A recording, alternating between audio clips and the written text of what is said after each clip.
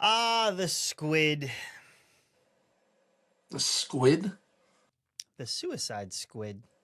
We're gonna start like that. You're gonna already start by pissing me off. Yep. Do you know people have asked me when we're going to cover this because the last time we did this was their favorite episode we ever did because we were at each other's throats? Oh, well, it'll happen again. I thought that my opinion might change, but honestly, it really just hasn't. Now, that's not to say I don't have good and bad to say about it, but Sure. But here we are. I don't have a lot to complain about. I have so much Suicide Squad and Harley Quinn stuff floating around my little cave here, so I'm a fan. Because you like garbage. Well, we're friends, aren't we? Do you know why I have a mustache for this episode? I was thinking I must ask you a question, and why are you almost clean shaven with a stash? Are you starting No Shave November early? I am going to do Movember for sure. But I figured since the plot is disgusting, I should look disgusting too. You're the absolute worst kind of person, and I'm gonna hate doing this episode. But let's do it.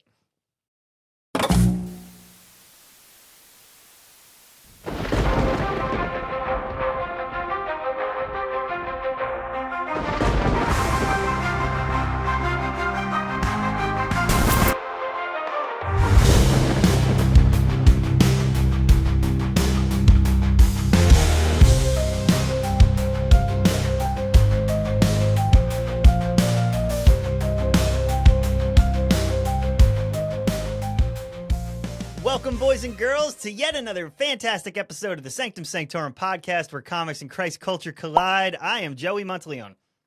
And I am not. I am Chris North, and I am here as your more magnanimous and Define gracious magnanimous. host. You have said it like on 3 episodes now, and I still haven't looked up what it means. It's like, okay, you know what? You know what it is. It's Are you one of those bracing words. for the explanation? No, no, It's no. like, It's one of all right, let's no, no, no, stretch. no. So I don't know the exact definition of it, Oh, even better. but it's one of those words. And I was talking with my wife about this the other day. There's some of those words that you know how to use them, when to use them, and what they're meant to mean, but you can't like give the dictionary definition of them. Fair You know what I'm enough. saying? You know what? We live in a digital age. Now's the time. Stand by while I look it up. All right, go ahead. How do you spell it? Generous or forgiving, especially towards good. a rival or less powerful person. There you go. That's exactly there it me. is. Especially considering the film we are covering today. You can Exactly. be magnanimous. We are covering 2016's Suicide Squad. And for all of you who have been dying for us to hear it, I died a little inside watching it again. I rather enjoyed myself because it's not the first time I've watched it again since, doing it. It won't be the Previously. last time you watch it again. But before we talk about said film, Chris, you got a, what do we call him? Comic culture moment? I was Comic just going book to say culture CCM. moment. Yeah. The CCM, yeah. You got that thing we talk about? when you first texted me like the layout for an episode a couple episodes ago, you were like, okay, here's the breakdown. We're gonna do, you got the intro, I got CCM, I got, you get this, I get this. And I was like, Yep. CCM? Because we had just talked about like having grown up listening to contemporary Christian music. And I was like, are we talking about that? I don't remember talking about like planning that. Why are we doing that? We're not doing like a Christian superhero movie. What are we doing? I want to talk about Michael W. Smith. I've had enough of that. Stop it, Amy Grant. Go away. All right. No. Comic culture moment. Comic culture moment. Now the fog has cleared. It all makes more sense. So because we're talking about this movie, and I will say that, DC is more guilty of this than Marvel because it took longer to find its footing. But when we think about the multiverse, I think it's a really cool concept. I think it's a fun idea. But when they try to incorporate it going forward, when is it okay to repeat things and when is it not? So, for example, Yeah.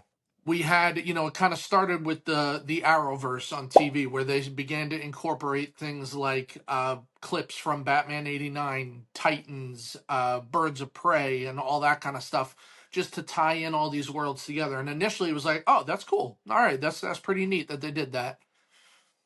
Then you had the Flash that tied in Batman '89 Right. and the Flash TV show. Okay, now I feel like we're getting a little confusing. And before that, we had Zack Snyder's DCEU. Now we have James Gunn's. Now he used his The Suicide Squad as kind of a tie-in movie from the old universe to the new. The only problem is that he repeated Amanda Waller with the same actor. He repeated Harley Quinn and Captain Boomerang, all and Rick Flag, all with the same actors. Now they Yep. were played slightly differently, but it was the same actors. Now we're moving, and Peacemaker was in that. Now moving forward, we have his new universe. Peacemaker is in it. Viola Davis is in it as Amanda Waller. We don't know yet if Margot Robbie will be in it as Harley Quinn or anybody else from his Suicide Squad movie. So now it becomes confusing as to like, so what exactly now is canon? What isn't? Is this a multiverse? Like, does the Snyder world still exist and this is a separate universe? Mm-hmm. And my question is, when does that become problematic as fans to be able to kind of enjoy something on its own without thinking about like what came before and what's coming and who's replacing and whatever? Yeah. So thoughts, or if you could find a better way to kind of No, you explained say it that. perfectly. You ever walk in? Remember in the '90s at the mall, there used to be like the Warner Brothers store, Yeah, and and the you'd Disney walk store. in, Yeah. yeah, and you'd walk into the Disney store, like, and it was the umbrella of the franchise, but you didn't realize that Bugs Bunny and Batman were actually in the same store, right? Until you realized, oh, it's a WB thing, it's a Warner Brothers thing. Um, and then as you sort of grew up, you were like, well, there's Batman over here, and then if I want to watch Looney Tunes, I can. But I don't think about them being connected, although they could be. They're different franchises, but they're the same ownership. Now, the hardcore fans are going to know that, but the average everyday person walking into the mall is not going to care until it causes them confusion. Mm-hmm. And I think that's really what we're after when you have this conversation. This is not necessarily going to affect the fanboys like you and me. You and I are like, look, they made another one. Maybe there's some financially driven decisions here. Maybe it's a studio interference and they want to really tell these stories right. Maybe the actors are pushing. The average individual low hanging fruit consumer is not thinking about that. When that target is now confused, is when you've overdone it. And I think Mm-hmm. Marvel's running into this or has run into this over the last 4 years. If the newcomer can't walk in and go, I think I know what's happening, I at least can track, you've got a major issue. And I think that's where they are now. Even the fanboys, the diehards, the one who are making theories and podcasts like we are right now, it's like we can't even keep up. So you did a bad job. How do you think the newbies feel? So I'm all for multiverse. I'm all for going in different directions and grabbing the far corners of your franchise into a consolidated effort. But if the average individual who does not read, sleep, breathe, and drink this stuff on a daily is confused, you've missed the plot. And I agree, and I don't know if anybody else thinks about it as deeply as I do. But when I think about Harley Quinn made her first appearance in the Suicide Squad we're doing today, Yep. and then she was in the James Gunn Suicide Squad, which is connected to his universe. So now is the other Suicide Squad connected to that universe because it has Well, some she crossover? also had Birds of Prey. She also, but right. So now is all that related? And because if this Suicide Squad is related, Batman makes an appearance, the Flash makes an appearance. So are those connected? And Yep. is Batman '89 still connected because it was in this one? So in my head, I feel like I can watch any of these things and, enjoy them for what they are and not Sure. like think about the complication of it. But at the same time, if I was to introduce to somebody, exactly where would I start them? Because it's like, well, this counts, this doesn't count. These two scenes kind of count and the one actor. So Yeah. we'll just like skip around a little bit so you get an idea and then we'll watch this. It's like, let's either get all new actors. I know that like, and I'm gonna say this when we cover it. I think that Margot Robbie and Viola Davis were perfect in their roles, so I understand wanting to carry them over.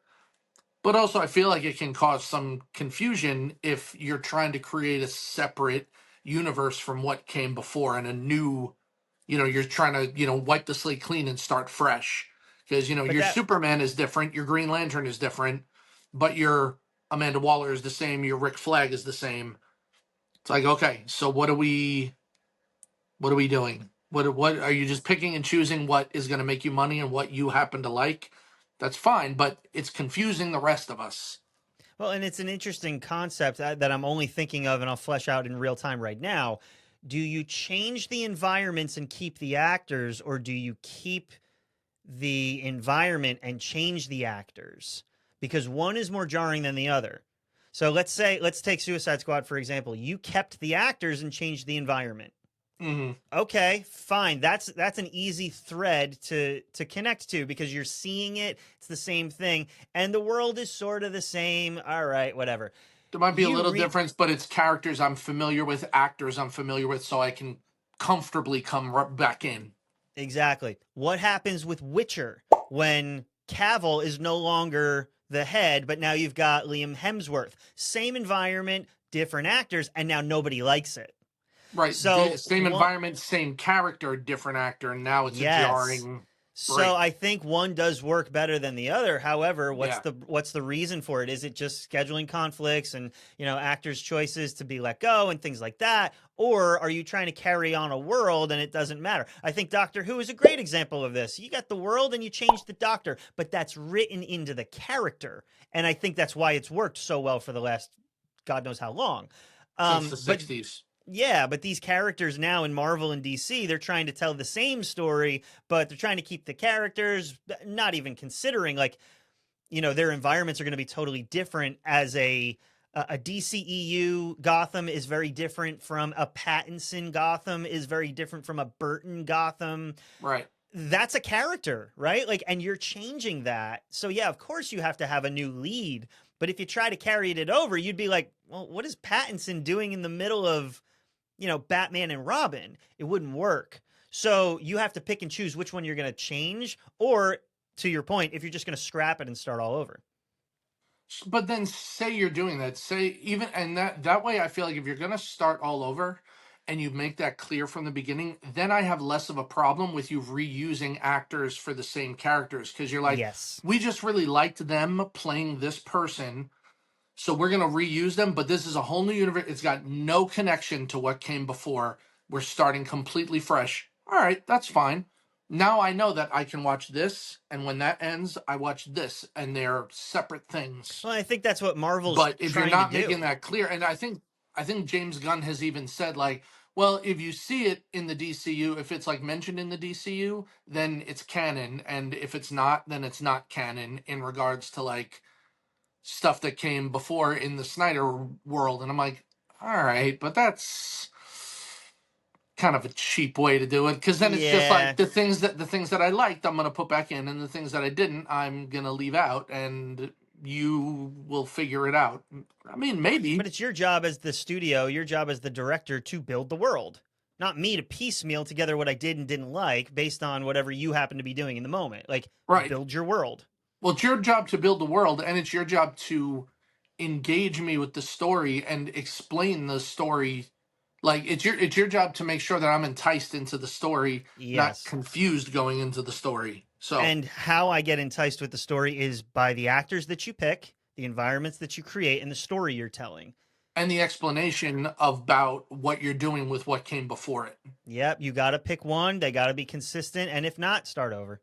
And that to me, that's the same with the Burton and Schumacher Batmans. Mm-hmm. Like, There's no Batman and Batman explanation. Returns are clearly the same world.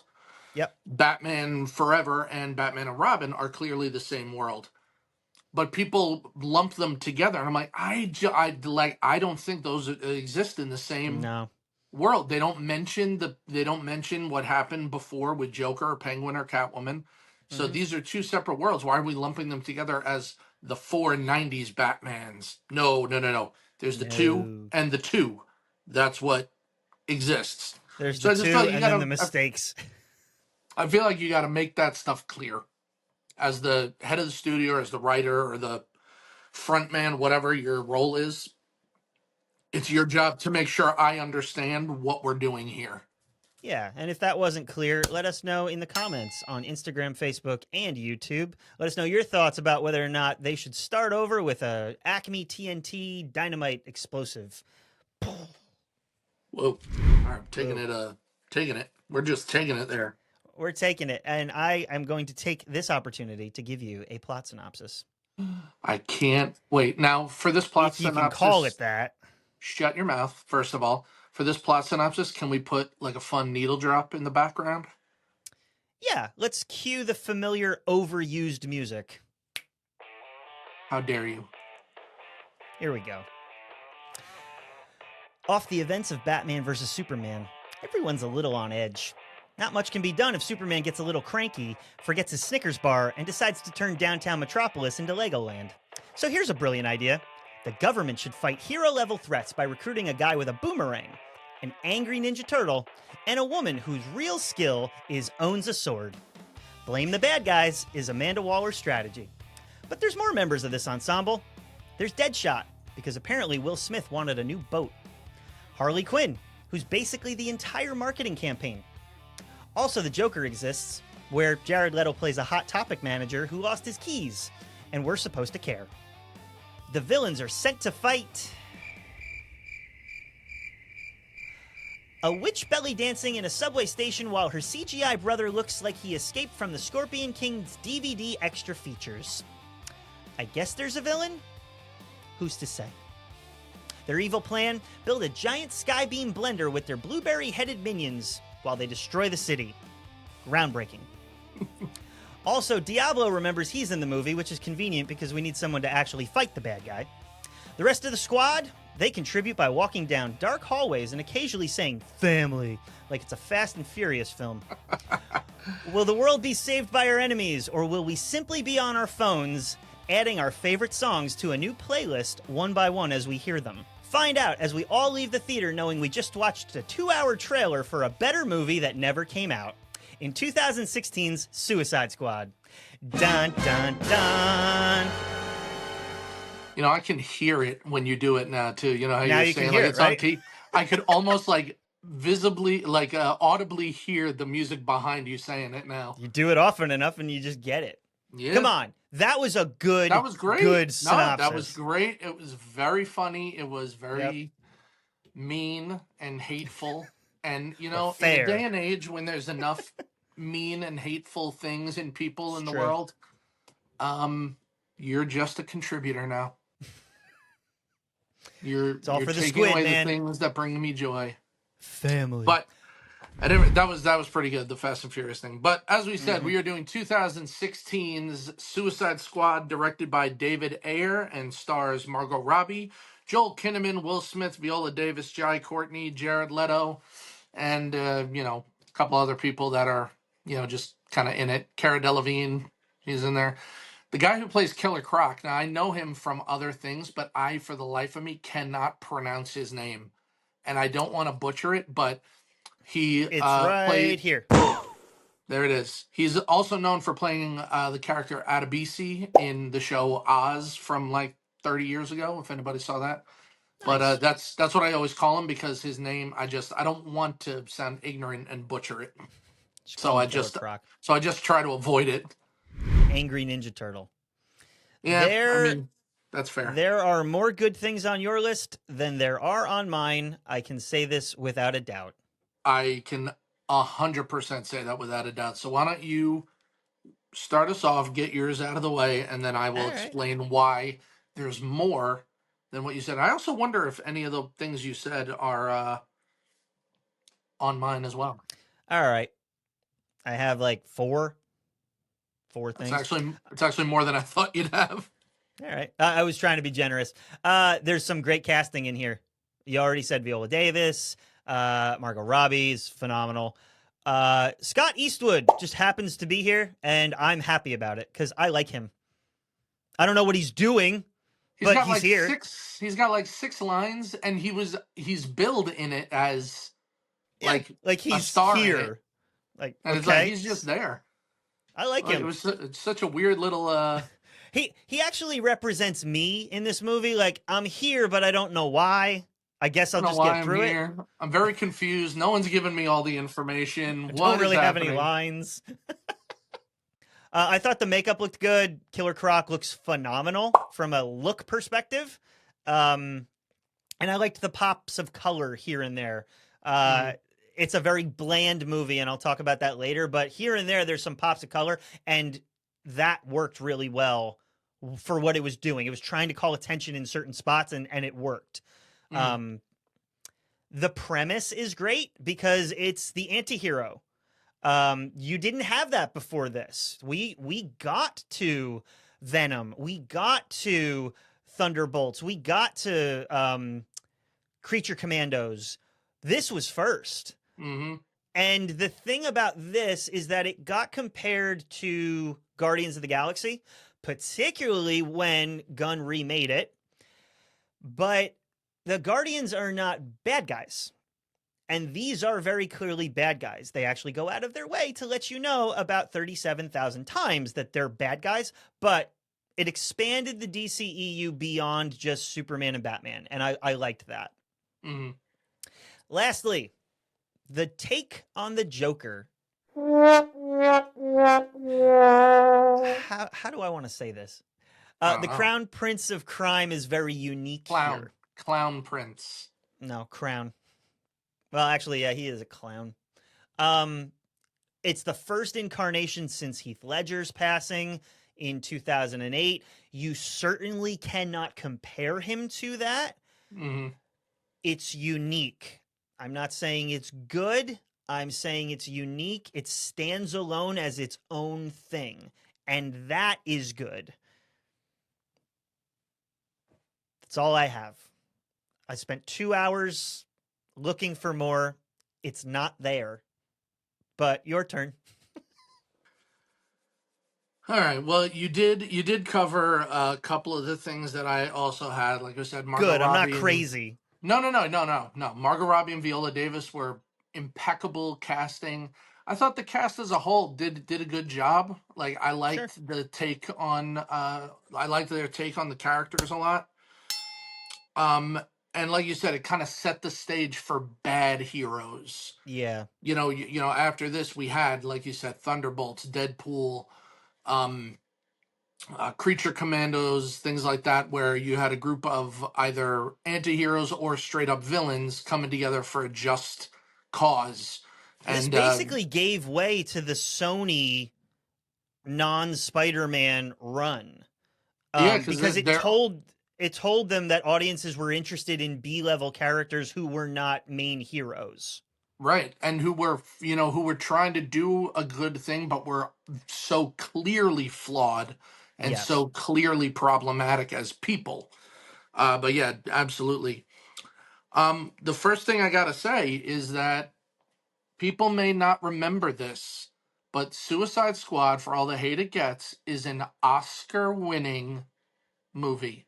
It won for hair and makeup at the 2017 Oscars. And Okay. Hold on. hold on for what?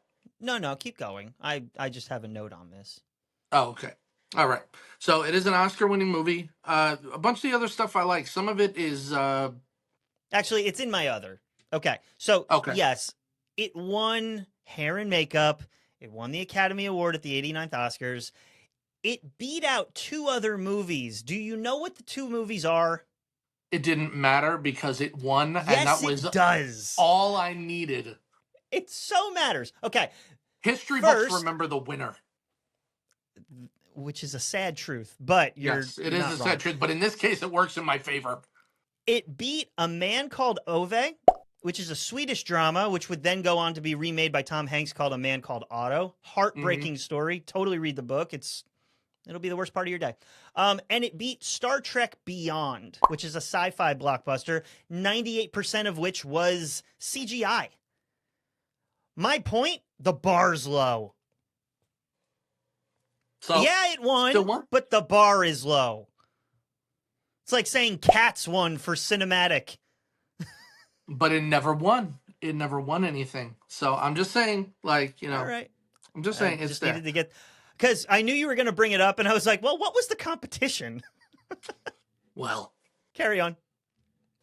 I like some of the Harley Quinn nods, like when they're all getting ready and she pulls out the black and red suit that she was introduced in. There's a flashback she has where she's wearing the red suit and the Joker is wearing the tuxedo. That's a reference to the Mad Love comic cover, very famous comic cover. And so I really like, you know, I always like those kinds of things. I really like the graphics in this, and I know they weren't for everybody, but for me it was this very like neon punk rock kind of thing when, you know, they would introduce these characters and their name The would come up freeze in like frames? the freeze frames of like the pink and blue lights and They the just weren't long enough. maybe, but I actually had to pause so I could read. Like there's data, there's facts, there's character development on these things. They're just not up there long enough. But I like that. But okay, that's a I'll fine give you argument. the look of it. I agree with you. I just wanted more of it. It just made it something different. It made it something different than, you know, what had already been coming in this universe. Now I know that you disagree with this. I feel like it's in your bad because you referenced it in your synopsis. Here we go. I like the needle drops. I think they're fun. Each scene kind of gets a new song. All the songs are familiar. Do you want to talk about this? Because I have it as a category. It's a whole category. Yeah, I mean, we can interrupt for a minute and just talk about the soundtrack here. Because will you at least say that all the songs they use are great songs individually as songs? Yes, but that's coming from a music fan. That's like asking, is Bohemian Rhapsody a good song? Well, of course it's a good song. Should it be in here? No. Why not? I will explain. All right, go ahead. Do you remember going to camp retreats for youth group? Of course. In the early 2000s, I remember a child who, on the way to camp, would sit shotgun, and he had control of the iPod shuffle, and either had too much caffeine, too much Mountain Dew, or he was just a sick, twisted soul. But he would play 1/3 of a song and then skip to another one. That's this movie. Okay. It's 1/3 of every song playlist, and the songs don't support what's happening. It's just like, oh, I recognize that song, instead of serving the story. And I tracked it. Literally every minute, it goes to a new one for the first 5 minutes of the movie. Okay, the songs don't serve the story in the way that like a musical would, but they serve to give you the feel of the. They serve to give you the feel of the character. They serve to give you the feel of the moment, as opposed to, like, you know, it's not like a musical where the song is necessarily going to drive the story forward. It's just supposed to be like a vibe and a feel to the scene that's happening. And I think they do that well. Do they maybe do it too much? Maybe, but I like all the songs they use. So I do don't too, have and I think that's what they were doing. I think they were trying to say, you like these, you'll like the movie.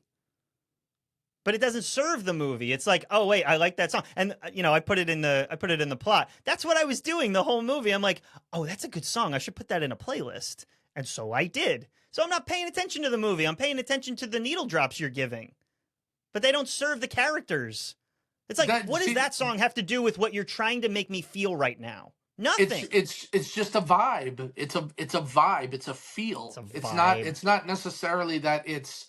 You know, this song, you know, the songs don't necessarily have to do with Harley Quinn or Deadshot or whatever, but they have to do with, like, the feeling you're supposed to have in this moment, or meeting this character, or seeing this scene, or whatever it is.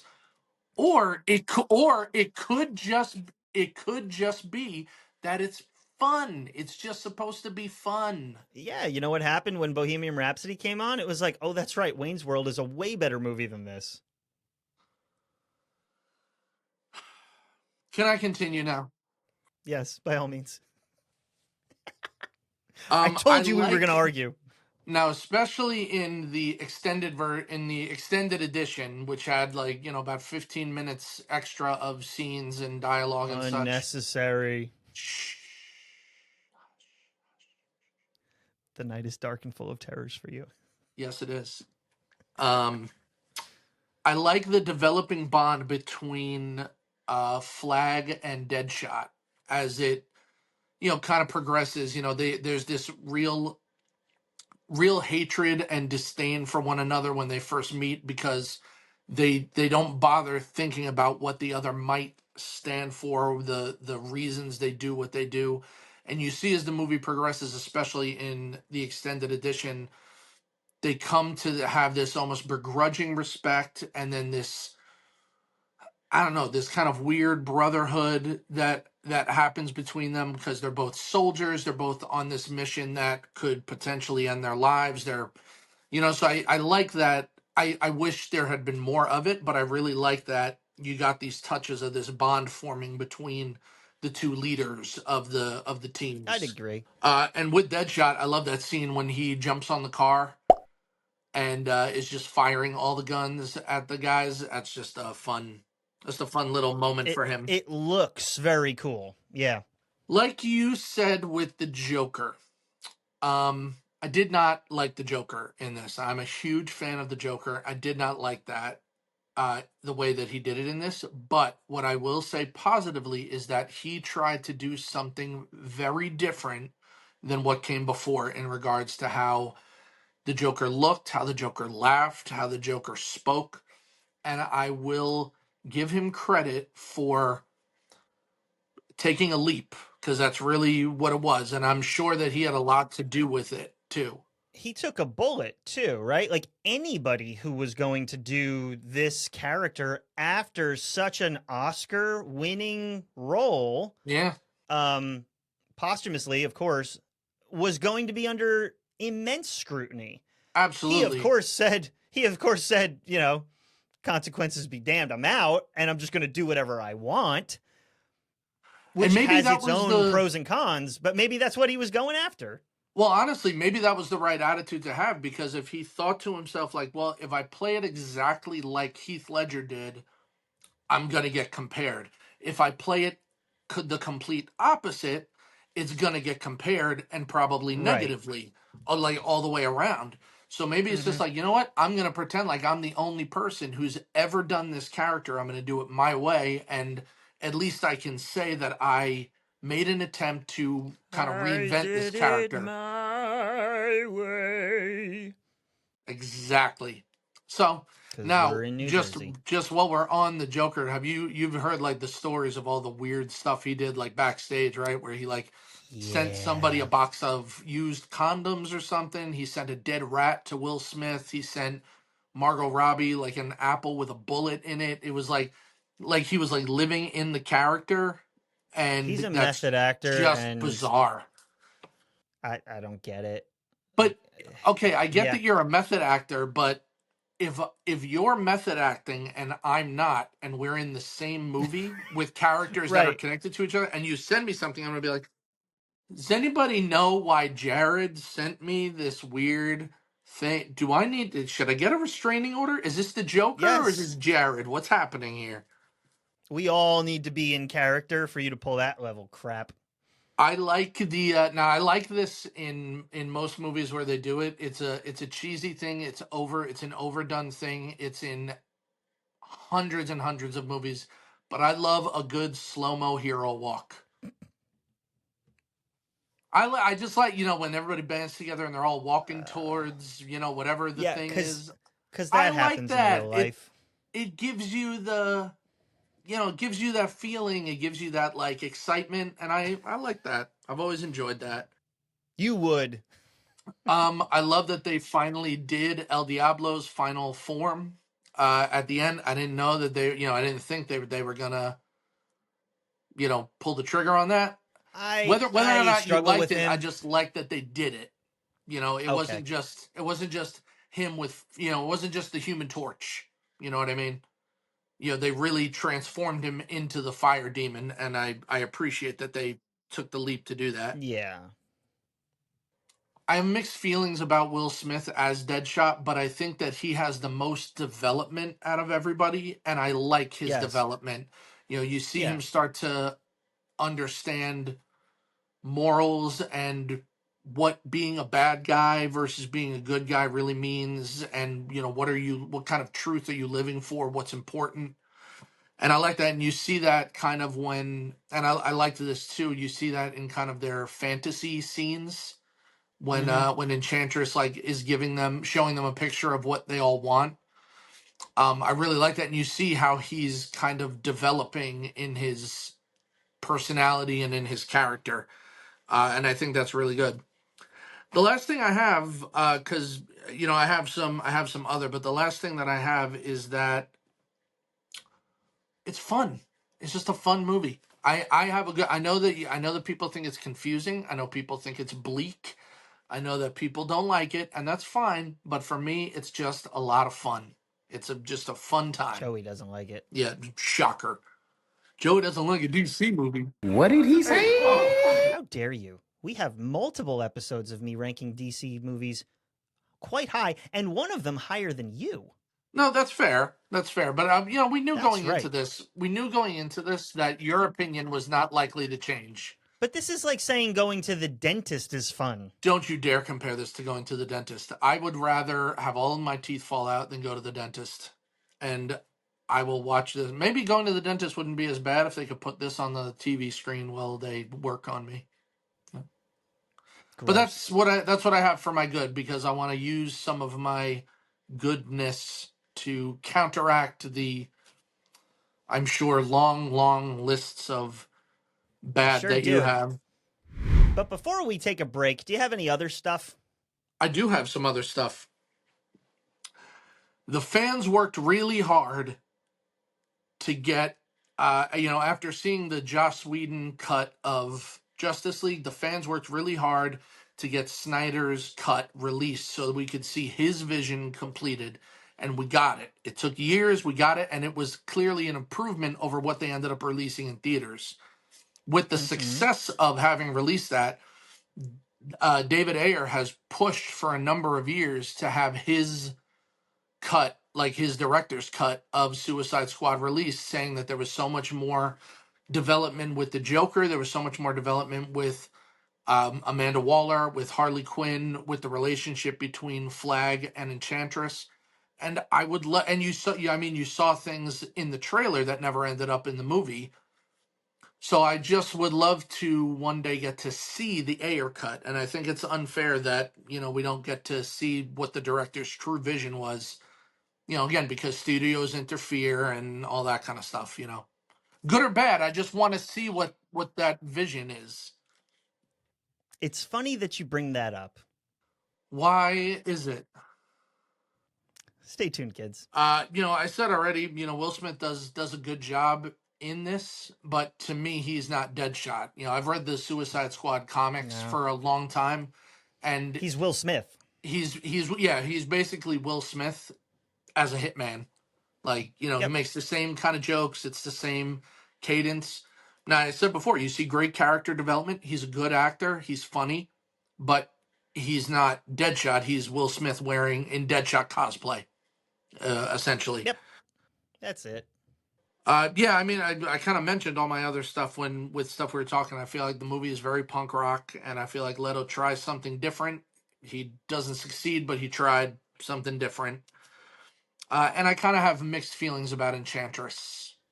I think they probably left a lot on the cutting room floor, but that love story to me, it adds the emotional stake, but I felt like it got shoehorned in and it was just underdeveloped. Maybe that's because they cut a lot of it. Don't I know, think that's but I think that's probably true.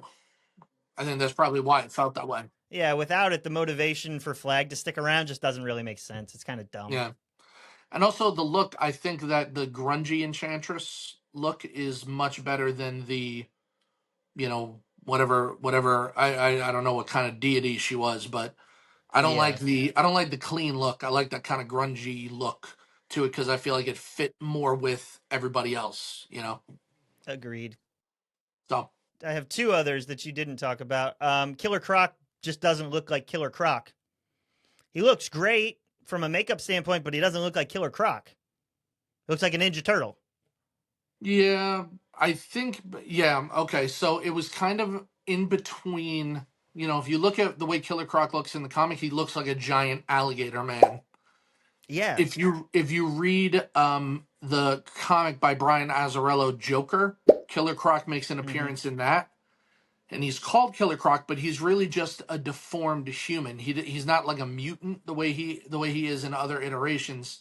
This was kind Interesting. of and I like both of those. This was kind of in between, but Yeah. it didn't lean close enough to one or the other where I it would have really liked worked. more. I would have liked more the giant alligator.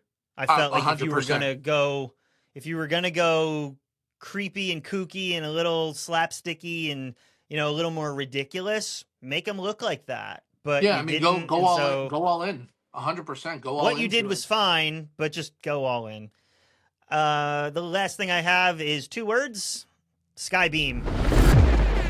I'm surprised that's not in your bed. I have that in my bed. I don't know what to do with it. It just shows up.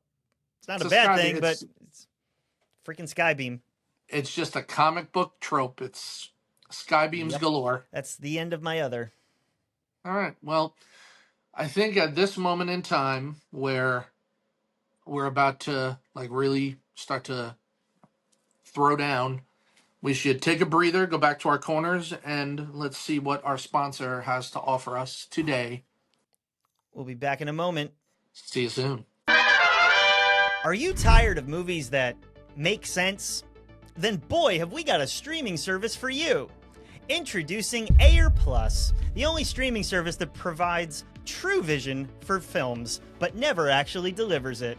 If you're looking for the promise of coherence looming in the air almost a decade later, Ayer Plus is for you. Now you can stream all those deleted scenes, dropped plot points, and story connectivity the way your cousin insists that it was meant to be seen. In a world where studio executives chop your favorite movie to pieces, one director demands his cut. For $14.99 a month, you'll gain access to 10 extra minutes of nothing. The boomerang behind the scenes, where bad footage just keeps coming back. And Slipknot, remember him? No? Exactly. But he gets a whole mini-series spin-off on Ayer Plus called Rope Cop. Subscribe in the next 10 minutes and we'll include a free month of Snyder Cut Plus, because why have closure when you can have 4 hours of content? Ayer Plus. It's better. Probably. Maybe. Okay, fine. It's still bad. All right, not bad. That was pretty good. The Slipknot bit was very funny. That was very funny. Who is Slipknot? I'm gonna give that I'll give that a ledger minus. All right. That was pretty good. That was pretty good. I enjoyed that, and I laughed right out loud at that Slipknot bit. That was really good. That was funny. Yeah, we're gonna include that in the edit. Thank you very much. Now, on to what you came for, dear audience. Now I probably have more than you than I think. Yeah, that's fine. So do you want to go? But I'm sure you've covered most, if not all, of the stuff I have. So since I know you're a big hater, why don't you kick us off? And before we get into my personal views on this, let's just go with the audience and the critical Rotten Tomato score. No. Listen. I'm gonna give both. But you can't hide behind facts. Okay, but here's the thing. This is from when it first came out, and yes, when Batman v and it Superman, has not gotten better. When Batman v Superman first came out, it was very poorly received and has gotten better over time. Now I know you don't agree with that with this, yes, but have you looked at, is this like when it came out, the critical and audience score, or what it is now? I just looked the other day. All right. All right, go ahead. Right now, the critics give it 25%, and the audience gives it 58%. I Still say higher. that because it's not just me. Still higher. Still high. No, I'm not saying it's still You're high. insane. It's still higher than the critical score. Of course. Audiences are always going to rate it higher than critics who have no connection to the source material. That doesn't mean Exactly. it's good. It means it's good for It's almost us. half. Anyway, 4 categories. You and your friggin' Alex, categories. you get to pick story, characters, Joker, or film. Story, characters, Joker, or film. Well, we agree, I think, pretty heavily on the Joker, so let's get that out of the way. Yep. He has 8 costume changes in 8 scenes. And I don't really care for any of them. Yep. The purple trench coat, the purple trench coat is cool, but yeah, for the most part, the costumes are stupid. But my main issue is not his method acting, which basically overshadowed his performance, all the lore of what was going on. I just don't like the take of it. The gangster Joker sucks. He's completely unnecessary to the plot, too. If you take him out, the movie still happens. Mm-hmm. And not like, oh, it bumps along the way. No, you can take him out, and he's in the trailers more than he's in the movie. He's a cameo at best. If you cut him out, nothing's different.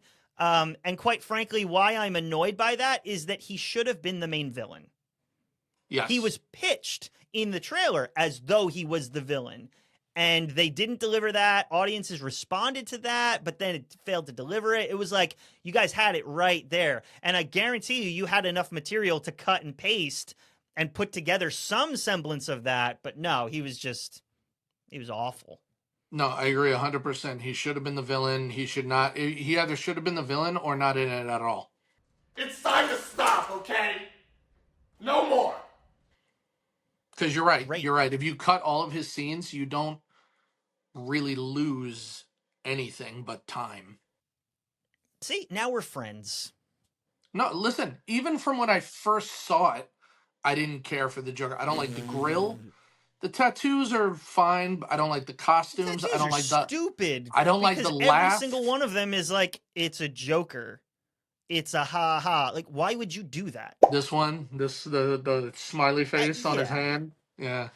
It's like, do you see Tom Brady tatted up with Patriots emblems? No. Film, story, or characters? Oh wait, one more thing about the Joker. In the scene when he's sitting in the room surrounded by the knives and guns, when Johnny Frost comes in and tells him like, "Oh, here's where they are. We can go and meet them." He's got a black marker smiley face drawn around his mouth. Yeah. And it looks like a weird mustache because you don't see the whole thing. The whole thing is stupid. That's ridiculous. It's like, that's the most ridiculous. It's crazy. Thing. Like, we knew. Let's see. What was it? Film, story, or cast? Characters. Characters. All right. Well, let's move sequentially into characters since we talked about one specific character. Alrighty, sweetheart. Here we go. It annoys me that Diablo gets the most backstory just because he's going to die. So you needed the emotional, but they all needed the emotional. We needed to care about them more than just, oh, I think I like them, or she looks good, or it's Will Smith. No, we needed the same level of emotional heartstring so that you didn't know who was going to sacrifice themselves. But once I kept getting the backstory, it was like, you ain't going to make it. I think that Harley and Deadshot got the same amount of backstory. It's just backstory you're more familiar with because Diablo is a much lesser known character. You know what? But I think you got plenty of, Harley as the psychiatrist, and especially in this cut, the obsession with the Joker, the turning into Harley Quinn, becoming a villain, Deadshot with his kid and his broken marriage and all that. I take it back. But granted, Diablo's was probably the saddest. But yes, but along that, nobody died via explosive in their neck, and the Suicide Squad did this well. Slipknot did. where did he? Right in the beginning, right at the beginning of the mission, he tries to escape, and they hit the button and explode his head. So that was like to throw away the characters, show that they could do it, and that was also their way of being like, see, we mean business. You know, I might have missed that while I was adding Ballroom Blitz to my Spotify playlist. It was definitely a blink and you'll miss it moment, and it was a character that you hadn't met until the mission started. So it's not like he wasn't in Bell Rev. Which is the same issue I had with the Suicide Squad, where they did that with like 5 of them. Pete Davidson's character, Nathan Fillion's character, like they just knocked them out really quick. And that's good because you show Amanda Waller means business. But to have one and have it done so quickly and then spend the rest of the movie with these characters is like, oh, I guess that's not a thing. And it needed to be a thing. Yeah. So when they remake it, calling it a Suicide Squad in like 2 years, maybe they can do that. Maybe. Last thing on characters, the Enchantress's wacky, wavy, inflatable arm dance. Instead of feeling menacing, she's not mystical, she's not terrifying. She comes off like a car dealership balloon man summoning the end of the world. That's why I think the grungy Enchantress is much better, and it would be all those scenes would be much better if she looked like that while doing them instead of this shiny thing. She sucks. Story and film. I don't care. You pick, because you're just a mean man. Film it is. You like the animation. I think it copied Deadpool way too much.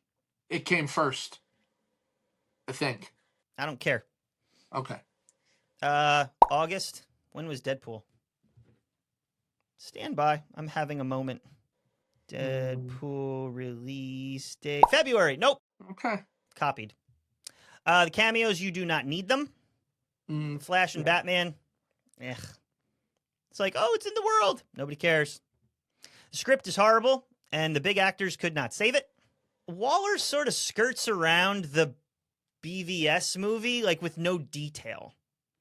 I felt like she sort of nodded to like something happened and maybe we should be afraid of Superman, but I felt like if somebody was walking right into this and did not see that, you have no idea. And she's so vague about it, where she probably needed to ground it a little bit more. Maybe, but it's not this movie's job to give you a recap of what came before. Like, again, with a lot of these comic book movies... It is. With a lot of comic book movies, they're going to assume that a lot of people, if not most people, coming to see the next installment have seen what came previously. So why would they... You can't why assume. Would they, Do you know why you can't assume? Why would they waste time being like, so... all the other characters here, you guys all remember what happened, right? In case you didn't, here's what happened. Like, that's a waste of time. It is, but this entire movie is predicated on the events of that. You don't have this squad unless you're afraid of what happened. But then they're assuming that you already. But then they're assuming that you already know that. You already know what happened. You already know the reason that they're. You can't assume. Do you know why you can't assume? I'll let computer animated graphics do it for us. You can't assume because you make a out of and this is why you need to watch the show and not just listen to it. Watch us on YouTube. Because now it just sounds like you're weirdly editing yourself. The humor was off. Say it again. What? I didn't. The humor's off. My camera's it's off? Not funny. No, the humor. Oh, the humor I moved on. Okay. The humor is off. It doesn't land. It's not funny. I disagree. I didn't laugh. I think now Smith, I wasn't looking for it to be Guardians. I think Smith and Robbie are both very funny as their characters in it. I mean, Smith is playing himself, but I always found him funny. So, yeah, I'm known to be quite vexing. It's like, shut up. It's so annoying. I felt like the tone hopped between really serious and Guardians, and it didn't know whether or not to be edgy or to be violent or to be quippy or to be fun. It was trying to balance all of it, and to me, it was just a little bit too much of all of it to really land on this is a this. And so I sort of walked away like, I don't know. Again, we've talked about this on the show. If I don't know what's going on, I don't know what to feel. And it's your job to let me know what to feel. I didn't know what to feel with this, besides disgust. It was a funny action movie. It was like an action comedy with a darker setting. I'm not sure why that was hard to grasp there, sir. Because it sucks. Okay, that can't just be your answer to everything is, well, because it sucks. But well, it is. Because I didn't like it. You have to This is coherently show. explain why you think it sucks, not just that it sucks. You can't use the question in an answer. Why does it suck? It's because Darkseid didn't show up. Because who? Darkseid didn't show up. If you want this episode to continue, then you will not do that anymore. I will move on. My last thing in the film is that the emphasis and time spent on saying we're the bad guys is obnoxious. No one would really say that. No one. Oh, we're some sort of Suicide Squad? Yeah, we know that you got a paycheck. But, like, stop showing us and shoving down our throats that we know we're the bad guys because we're going to say we're the bad guys. Just be the movie. Just do the thing. I don't need the title in your dialogue. Ugh. It annoyed me. Clearly. The story. Who is the villain of this movie? Enchantress. It's sort of Enchantress, but then it's not, and then it's her brother, but then... Well, I mean, technically they're all the villains of the movie. But then it's the Rotten Tomato score, and then it's the movie, and then it's the music. It's all the villain. This relic that is so hidden is not very hidden. Sort of shows up pretty quick. It's like, oh, we can't find it. Oh, it's right there. It's dumb. How does Enchantress not teleport her heart back? She's a teleporter. She can hop in and out of places. How is she not just stealing her heart back? He is speechless. Yeah, I don't know. Actually, I don't know. I'm going to move on. My last thing. Other than that, it's always in Waller's possession. Well, okay, so the secrets to Abu Dhabi or wherever she was and stole that in the conference room, those weren't in somebody's possession? Of course they were. Maybe not somebody physically constantly holding it in a locked case. The whole plot falls apart if you just ask 3 questions. Last thing. And this isn't the biggest thing I have with the movie, but it is sort of the biggest thing I have with the movie. Nothing really happens. The story doesn't take us anywhere. It puts us right back where we were at the beginning. They're back in jail. They're back incarcerated. They had a mission, but the mission didn't do anything because the issue was what Waller started. So this whole thing is a circle for absolutely no reason other than to get Bruce Wayne at the end going, my friends and I'll take care of it. So this entire movie was not a story that develops the world. It was a trailer because we wanted to put out the Justice League. And that's sad to me because I agree with you. These are good characters. But also, that's kind of how the Suicide Squad comics go. Like it's almost like a Monster of the Week kind of story a lot of times, because the idea is not that like you go on this mission and you're free. You go on this mission, you get years off your sentence. So they constantly go on various missions. Now, in and out. Yeah, so they're constantly in and out. That's why the team constantly changes, because there's new villains that are arrested and needed for, their skills are needed for this mission or that mission. So, their base of operations is, but Bell Rev for them is kind of like the Hall of Justice for the Justice League. It's like they're forced to be there, but it's kind of where they work out of. So, that's why I didn't have. I understand what you're saying, but I didn't have any issue with that because, again, I have a deeper familiarity with the source material. Right, and I don't, and I think when you throw that into this world that's trying to be Marvel at a time when Marvel's just knocking hit after hit after hit, this was the same year as Civil War, my expectation was we're world building towards a goal in the way that when Doctor Strange comes out or Black Panther comes out, it's like, okay, we are going to need you because we're headed towards Thanos. With Justice League, it was like we're headed towards Darkseid, and we I can't even do it. We needed to develop these, and maybe we'll use them at the end. But we didn't. We sort of just put them back where we, you take your toys out, you play with them, and then you put them back on the shelf. I wanted more consequence, But and I I just also didn't feel like think it was that, there, particularly because of the Skybeam. but I also think that if this, world had continued, and if this series had continued, eventually there would have been, an Endgame or Infinity War type thing where all of the heroes and villains and whatever kind of all came together. I think that there would have been more of that. But it, Yeah. didn't really get the chance to move forward, because I think that having Darkseid at the end of Snyder's Justice League, if there had been a Justice League 2, that would have been like an everybody comes together to fight Thanos. Now you have the Justice League and the Suicide Squad and the whoever else they would have introduced all come together to fight Darkseid and Apocalypse. So, Side? yes. That's the end of the story. That's all I got. I'm exhausted, as I was at the end of the film. Well, you covered most of what I have. One thing that always bothered me was the scene between Deadshot and Batman in the alley.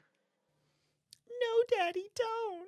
Well, okay, so here's the That scene? conceptual. Yes, that scene. Conceptually, here's the problem. Like, Batman's life was forever changed in an alley. Like, what? Like, you're gonna do Yep. this in front of his kid. He's obviously not doing anything criminal right now. So you're gonna do this No. in a dark alley in front of his kid around Batman Christmas wouldn't have done time. that. Exactly. That Yep. was problematic for me. That was like, what? Why would you include that? If they had done that scene anywhere else, it might have I don't been want to do better. this in front of your daughter. I don't want to do this in front of your daughter. You already did, though. You already Then wait started doing 5 it. minutes. Like, you can't do this tomorrow. If he was actively trying to kill somebody, then I would say, okay. You clearly know where he is. But yeah, that was stupid. My God. Killing Enchantress was a waste of a good character. Enchantress is a really cool Agreed. character, and if you're creating the Suicide Squad to fight a Superman level threat, she's going to be the one you need, because Superman is weakened by magic. So I think that was a waste. And I just feel like there was so much potential for these characters, and they did what they could to develop Harley Quinn by putting her in Birds of Prey and in James Gunn's Suicide Squad movie, which is great because she was my favorite. But I think you kind of, they added Captain Boomerang to James Gunn's movie, but he was part of the team that gets offed right in the beginning. So again, you don't get really much more with him. They never do anything with Croc, That was Diablo, connective tissue. Deadshot. They never do anything further with any of the other characters, and that's unfortunate. And in fact, they replaced Deadshot with a lesser character but a better actor. Yes. So Bloodsport is not as good of a character, but Idris Elba is a better actor. Because they knew it sucked. Because your face sucks. So. But that's it for my bad. I didn't have a ton of bad, but you covered really what I had. Perfect. There is some spiritual stuff. There is. Do you want to start us off? You go first. Okay. I think that you could easily say that this was kind of the low-hanging fruit, and we didn't really share what we were doing, so hopefully this isn't what you also have. But yep. What they did with this Suicide Squad team was take the worst of the worst and use them to do something good.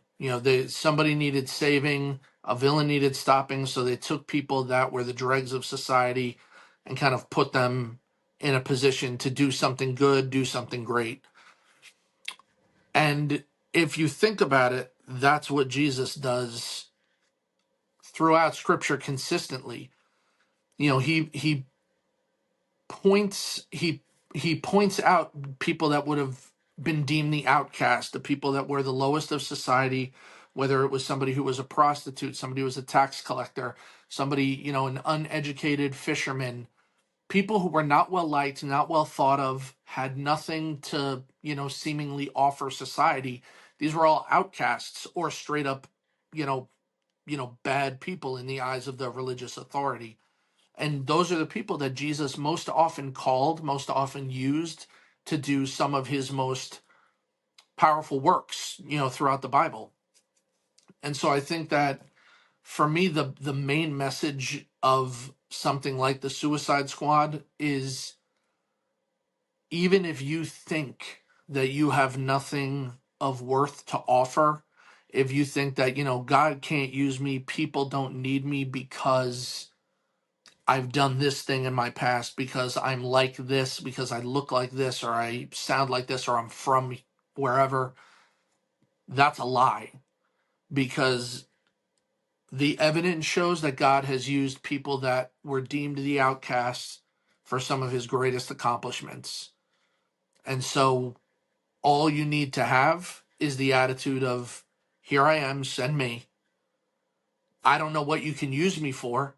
I don't think I'm worthy of being used, but you're God and you can do, so much with so little. So, if you can use me, I'm ready to be used. But being an outcast only makes you more ready to be used than somebody who thinks they have it all figured out. And I think that that's something we need to really kind of relearn today, is that it's not the pompous, it's the people deemed the weakest that will be used for the greatest. It's good stuff. Not what I have. Oh, good. I like when we have different things. Yeah.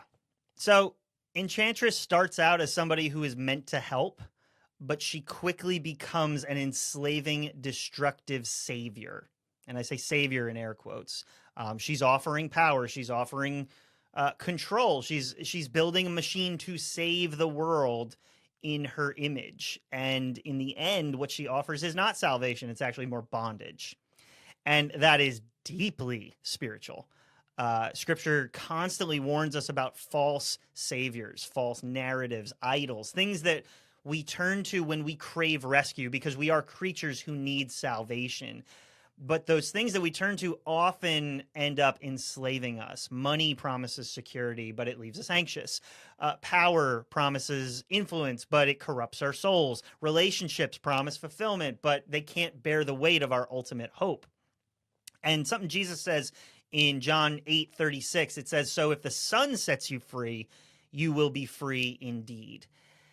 And where Enchantress doesn't solve the problem, but turns people into slaves, Jesus breaks our chains and sets us free. And you can take it a step further that he not only sets us free, then he calls us to use that freedom not only to set others free and to point to the hope found in him, but also then to use that freedom for something good. Very much like the Suicide Squad, right? Now you're out, now you're free. What are you going to do with that freedom? But he doesn't he doesn't offer a salvation built on fear or domination. He builds it on love, and it's rooted in his sacrifice. And that thought just really started to wrestle with me, particularly over this weekend. It's like every false savior eventually demands something. There's always a price that you have to pay for whoever you're putting salvation in. But Jesus is the one who gives us more than he demands. What he asks for is our life, our trust, our love, our hope. And in return, he gives us everlasting life, but he offers us fulfillment, peace, comfort, joy, many of the fruits of the Spirit living within us. And so that's sort of where I saw Enchantress. I like that. That's good stuff. And I like that it was, I like that you took one of the lesser characters and, did something with it. That was cool. Very nice. I wanted to like her, but I just can't. Yeah. So we're going to rate it. We are going to rate it. And I'm going to, you know what I rated it, and I didn't tell you. well, I know what you rated it. You tell me my rating, and I'll tell you yours. I feel like it could go. No, trust your I feel gut. like it could go one of two ways. I want to go with my gut, but I'm going to go with my second gut, and I'm going to say you gave it a Kilmer because you just forget that it exists and you don't want it to exist. So You just pretend like it's not in the look world. at you. My first thought was Clooney, but I don't think that it's so bad for you. I don't think that it's so bad that it exists in its badness. I think you want to just pretend like it never happened. No. It's terrible. It's a Clooney. Really? I really would have thought Kilmer. Yeah, I think you would have rather pretend like it never even happened. it's terrible. Go back and listen to everything I said for the last hour. This is terrible. You're terrible. Clooney. And you. You would not give it a Conroy. You don't think it's flawless. But this is where you screw me up because now you give things minuses. So you're either a Bale plus or a Keaton minus. I'm gonna go with Bale plus. It was Bale minus. Bale minus. Okay. So you were in the ballpark. Good job. You're being fair. You're being fair. I like that. It was a Bale minus. Listen, I know it has flaws. I know that most people don't like it, but for me, it finally showed on screen characters that I have wanted to see in live action for a long time, and a team that I really love the comics of. So it's like a fun, weird comfort movie for me. I don't know.